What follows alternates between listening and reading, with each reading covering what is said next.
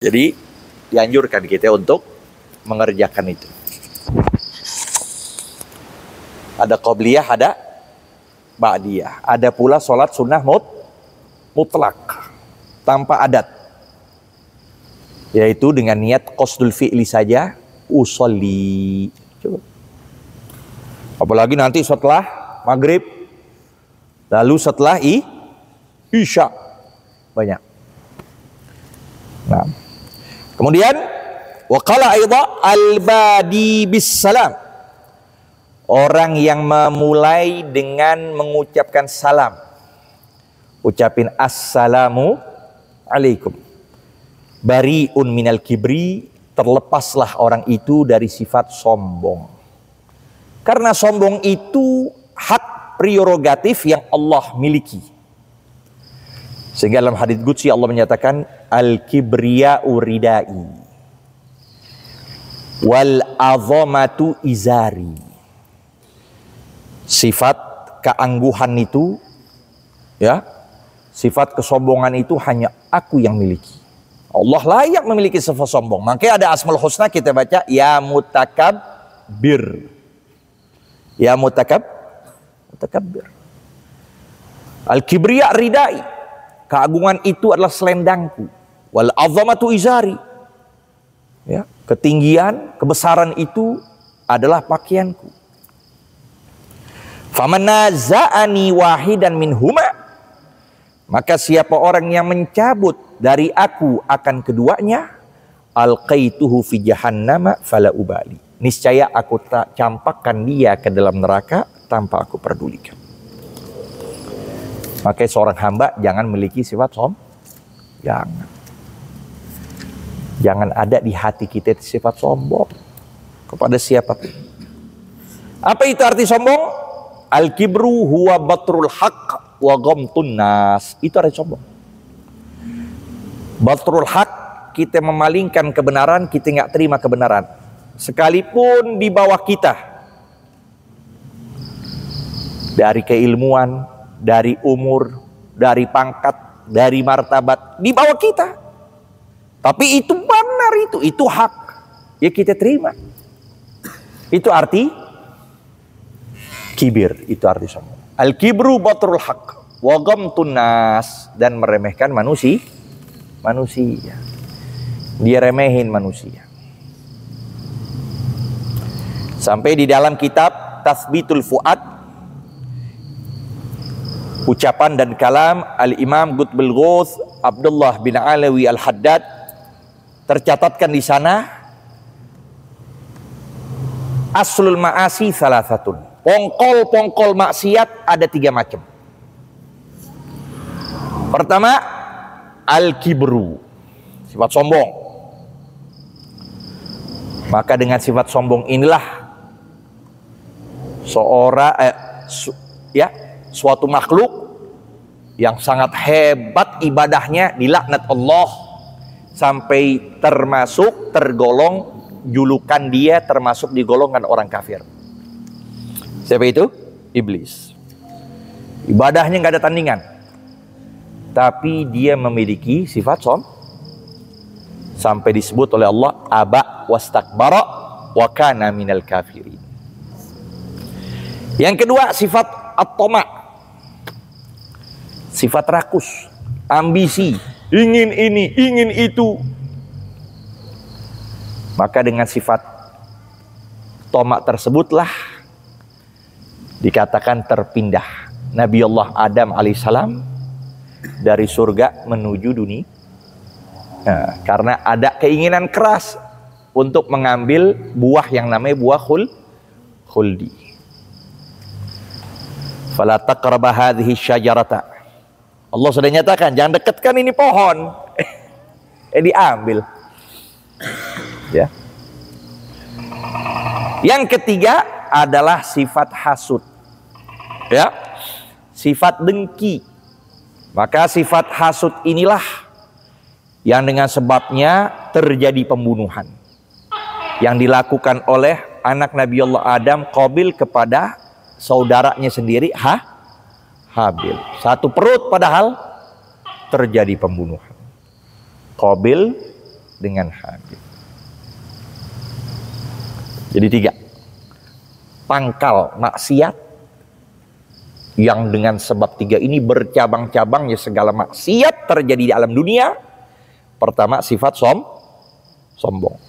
Yang kedua sifat tomak, rakus. Dan yang ketiga sifat hasud, dengki.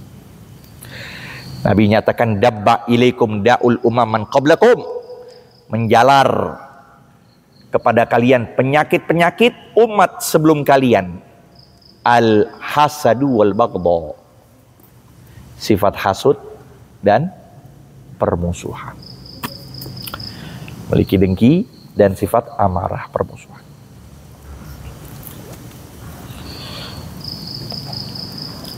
Wa qala aidha al-bakhilu man dzukirtu indahu falam yusalli alayya. Shallu ala nabi.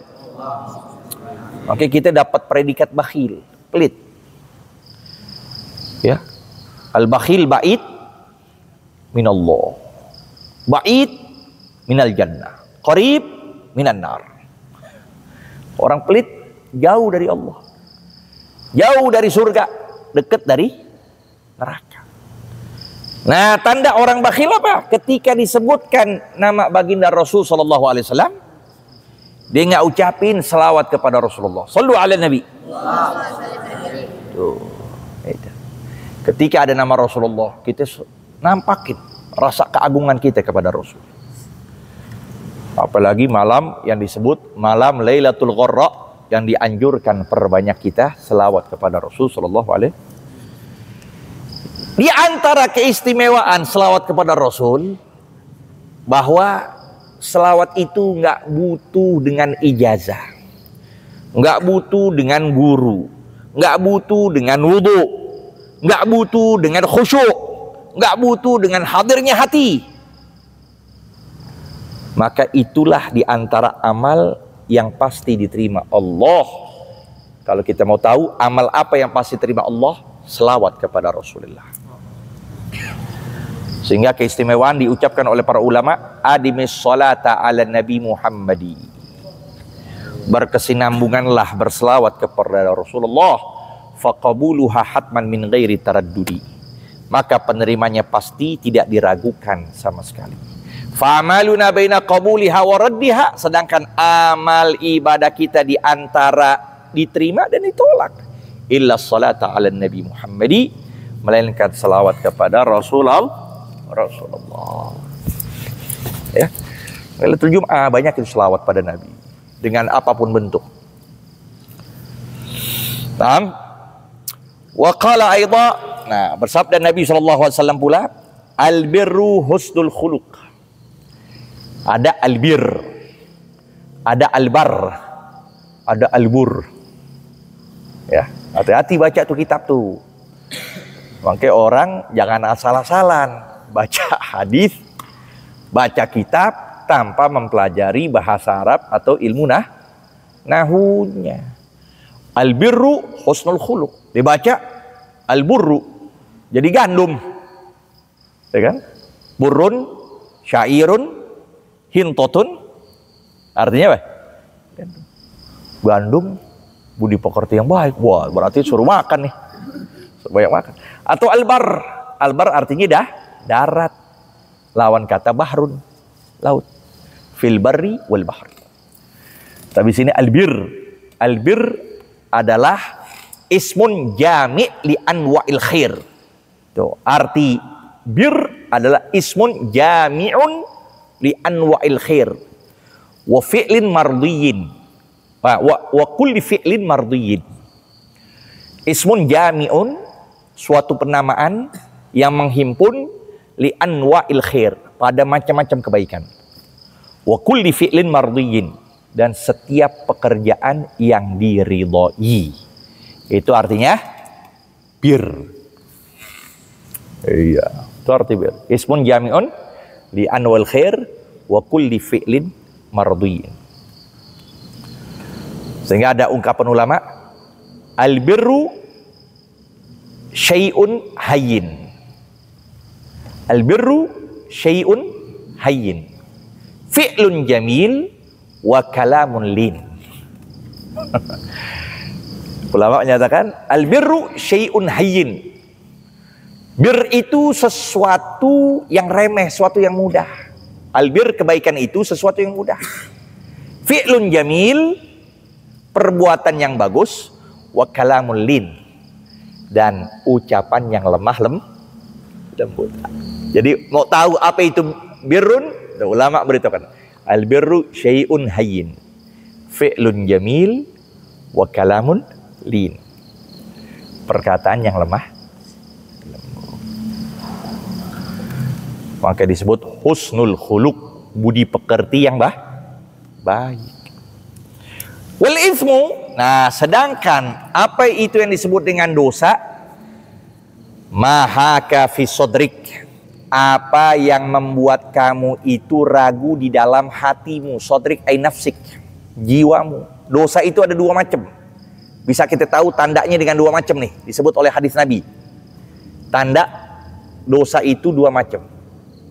Mahaka fi sodrik, apa yang membuat ragu di dalam hatimu. Tuh, ya, kita berbuat hati kita ini nggak mendukung. Kita pengen ngomong bohong, kita mau ngomong bohong, tapi hati kita menentang. Nah, berarti ucapan yang menentang dengan hati dosa namanya. Karena hati gimana juga selalu beritakan kita kebaikan. Kalau orang masih punya hati, maka dia selalu tuh berada dalam kebenaran. Dia ngelakuin apapun, ditanya, ente tadi berbuat begini mukhalafat, hatinya benerin, diucapin berbeda, itu dosa namanya. Itu tandanya, tanda dosa itu.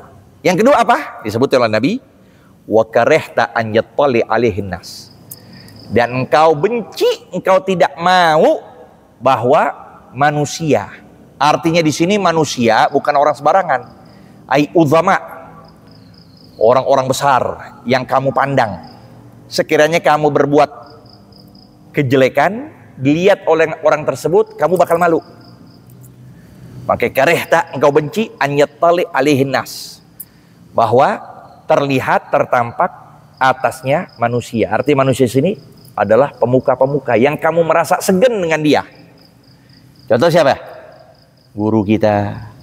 Coba, sekira-kira kita melakukan mukhalafat, kita ngerokok, kita ngelakuin apa aja, itu sekiranya kita bakal ngomongin di depan guru kita bakal malu gak tuh?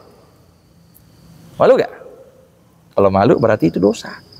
Berarti yang kita lakukan apapun dengan kesendirian kita, kalau ditampakkan itu di hadapan orang yang kita pandang, bakal kita malu dan kita nggak mau. Itu artinya dosa. Ya. Jadi arti dosa itu.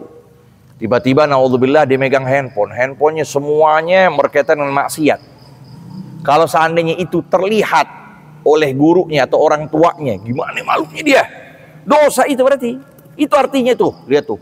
Ucapan Nabi SAW yang sangat sedikit lafadznya tapi mengandung arti yang luar biasa. Apa sih dosa? Nggak usah pusing. Apa pengertian dosa? Pertama, engkau bertolak belakang dari hatimu, itu dosa. Yang kedua, kalau seandainya pekerjaan buruk ditampakkan di hadapan orang-orang yang kau segani, engkau bakal malu, kau bakal benci, jangan sampai kelihatan, itu dosa. Wal ithmu mahaka fi nafsik wa karihta an yattali alaihin nas. Ya. Oke. Nah, yang terakhir, wa qala aidha al barakatu ma'a akabiriku, keberkahan bersama orang-orang yang kalian pandang. Keberkahan ada kepada orang-orang soleh, orang-orang yang dikatakan yang dekat kepada Allah. Itu berkah di situ. Makanya dari situlah kita dianjurkan untuk mencari para alim ulama, mencari orang-orang yang kita lihat zahirnya, masya Allah, dengan batinnya. Bahkan kalau kita lihat Mandang dia langsung ingat Allah, ya, keinget Allah. Berkah di situ. Makanya berkah itu, ya, yang kita dapatkan bukan makanan. Kalau makanan namanya berkat. Yang kita tahu selama ini berkat, bukan berkah itu waktu yang singkat bisa kita melakukan dengan berbagai macam amal ibadah. Makanya kalian tuh sujud syukur, alhamdulillah Allah anugerahkan bisa mondok. Berapa banyak ribuan anak-anak muda yang saat ini detik ini pada nongkrong, pada main gitar, pakai dengan handphone, pakai judi online lagi. Kalian Allah anugerahkan taufik hidayah malam di pondok yang semuanya zikir, semua selawat, semuanya ilmu. Masya Allah. Itu dia. Itu namanya keberkahan. Waktu singkat tapi amal luar biasa banyak. Bisa baca Quran, bisa zikir, bisa ngapal, bisa tahqiq masail, bisa memahami ibarah dengan waktu setahun 2 tahun udah dapat semua itu. Itu berkah namanya. Nah, itu terjadi di antara keberkahan ma'a akabirikum, bersama orang-orang soleh di antara kalian. Maka jangan kita tinggal dari guru kita. Jangan jauh dari orang-orang soleh. Selama ada mereka keberkahan. Tuh. Maka disebut ulama al-barakah apa? Al-qalil ma'al barakah jalil. Al-qalil ma'al barakah jalil. Sedikit bersama keberkahan itu jadi agung. Al-qalil ma'al barakah jalil. Wal katsir bidunil barakah zalil. Sedangkan banyaknya dari tanpa keberkahan itu hina. Ya. Al-baitul ladzi yuqra fil Qur'an sampai sini dulu. Wallahu a'lam bis-shawab. Rabbi zidna ilma warzuqna fahma.